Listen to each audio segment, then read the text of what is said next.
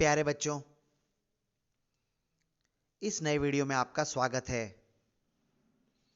आज हम बात करेंगे संत काव्य की विशेषताओं के बारे में।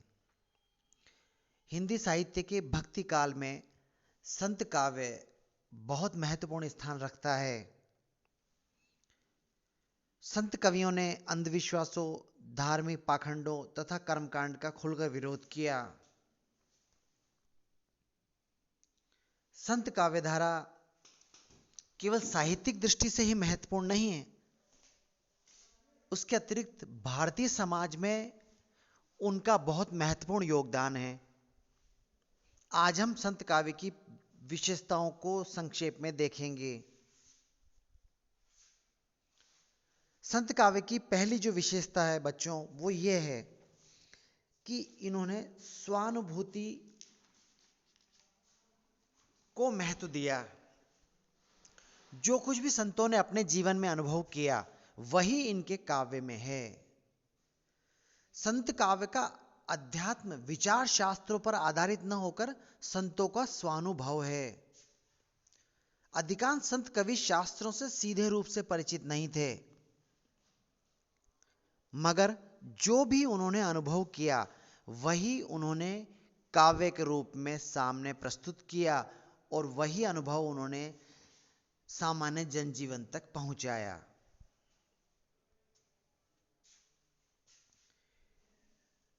दूसरी बात, संतों के काव्य में प्रेम बहुत महत्वपूर्ण है।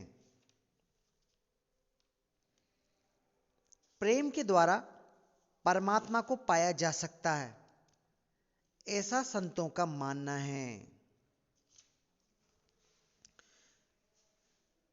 कवि कहते हैं, प्रेम बराबर जोगना, प्रेम बराबर ज्ञान, प्रेम भगत बिन साधिबो, सबही थोता ज्ञान। कबीरदास जी ने भी कहा है कि ढाई आखर प्रेम का, पढ़े सो पंडित होए। तो संत काव्य में प्रेम को सबसे ज्यादा महत्व दिया गया है। यह प्रेम परमात्मा तक पहुंचा देता है। अगली बात जो संत काव्य की है, नाम स्मरण को इन्होंने बहुत महत्व दिया। प्रत्येक संत कवि राम नाम या परमात्मा का नाम को महत्व देता है। प्रत्येक संत कवि ने परमात्मा के नाम के महत्व को अपने जीवन में अंगीकार किया और उन्होंने सभी व्यक्तियों को भी यही संदेश दिया। परंतु इनका नाम स्मरण स्वानुभव, अनुभव से परिपूर्ण है। वो कहते हैं, माला तो कर में फिरे, जीभ फिरे मुख माही, मनवा तो चहुँ दिस फिरे, यह तो सुमिरन नाही। यानी उनका नाम स्मरण केवल मुंह से बोलना न होकर अपने पूरे जीवन को परमात्मा के स्मरण में बिता देना है। अगली बात जो संत काव्य की है, वो है सद्गुरु की महिमा। एक सद्गुरु जब जीवन में आ जाता है तो वो व्यक्ति को, जीवन को सही रास्ते पर ले जाता है। प्रत्येक संत ने अपने जीवन में भी सद्गुरु को प्राप्त किया। इसलिए गुरु की महिमा का गान संत काव्य की एक प्रमुख विशेषता है। कबीर ने कहा है, गुरु गोविंद दो खड़े, काके लागू पाए, बलिहारी गुरु आपनी, गोविंद दियो बताए। लगभग सभी कवि, संत कवियों ने गुरु के बिना ज्ञान प्राप्त नहीं होता, इसी भावना को महत्व दिया है। संत काव्य की अगली विशेषता निर्गुण ब्रह्म की उपासना है।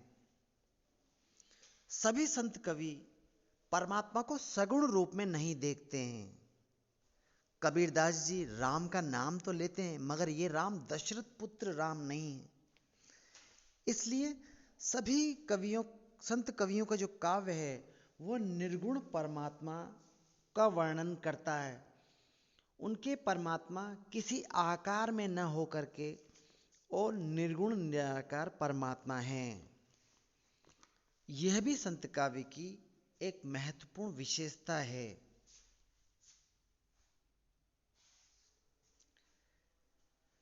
आत्मविचार भी संत के काव्य में मिलता है। सभी संतों ने आत्मा परमात्मा पर गहरा विचार किया है।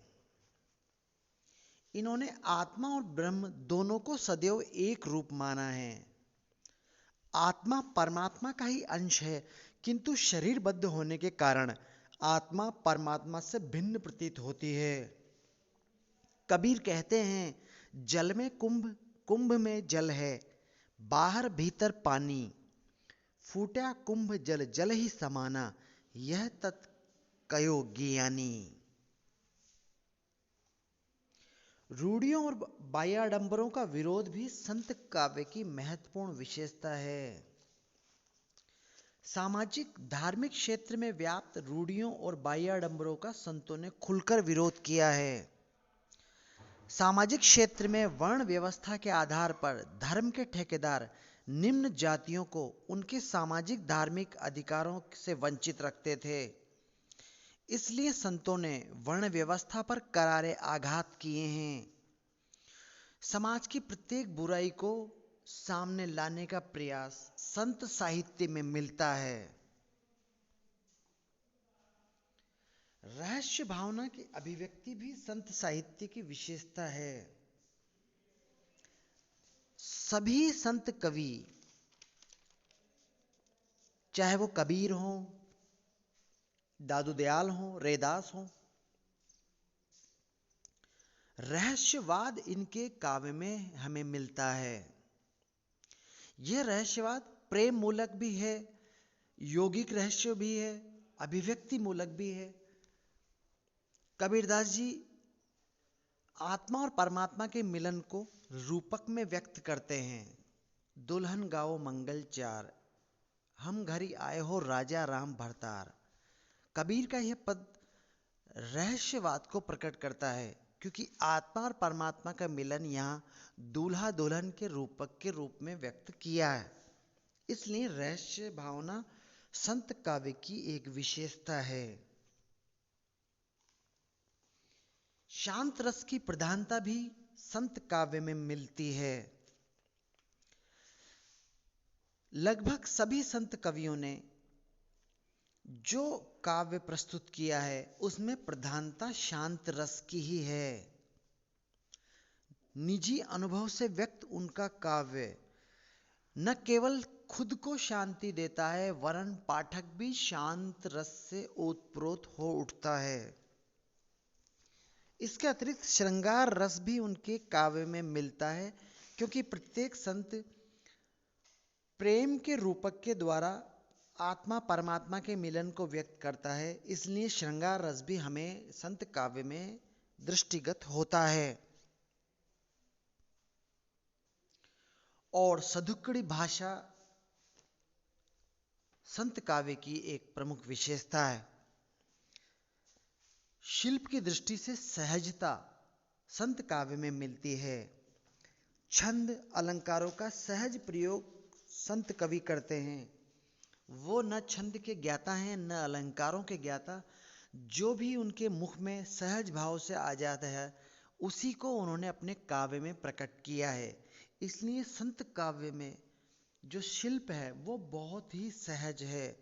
और संत पूरी दुनिया में इधर उधर घूमते रहे, पूरे भारत के एक एक कोने में घूमते रहे, इसलिए उनकी जो भाषा है वो भ्रमणशील होने के कारण बहुत सारी बोलियों और उपभाषाओं से युक्त हो गई है। इसलिए इसे सधुक्कड़ी या खिचड़ी भाषा कहा जाता है, क्योंकि पंजाबी, अवधी, ब्रज, राजस्थानी, मैथिली, बुंदेली, अरबी फारसी के शब्द ये सारे मिलकर संत काव्य की भाषा को सधुक्कड़ी बना देते हैं, खिचड़ी बना देते हैं। इसलिए जो संत काव्य है वो सधुक्कड़ी भाषा का प्रयोग उसमें मिलता है। इस प्रकार संत काव्य में विभिन्न विशेषताओं को हम देख सकते हैं। संक्षेप में हम एक बार फिर से देखें। स्वानुभूति का महत्व, प्रेम को महत्व, नाम स्मरण की महिमा, सद्गुरु की महिमा, निर्गुण ब्रह्म के उपासक, आत्मविचार, रूढ़ियों और बाह्याडंबरों का विरोध, रहस्य भावना की अभिव्यक्ति, शांत रस की प्रधानता, सदुक्कड़ी भाषा, ये सभी संत काव्य की विशेषता हैं। स्नातक प्रथम वर्ष में और उसके अतिरिक्त अन्य कक्षाओं में भी यह प्रश्न प्राय पूछा जाता है, इसलिए बच्चों इस प्रश्न को अच्छी तरह से समझें। आज के वीडियो में इतना ही। धन्यवाद।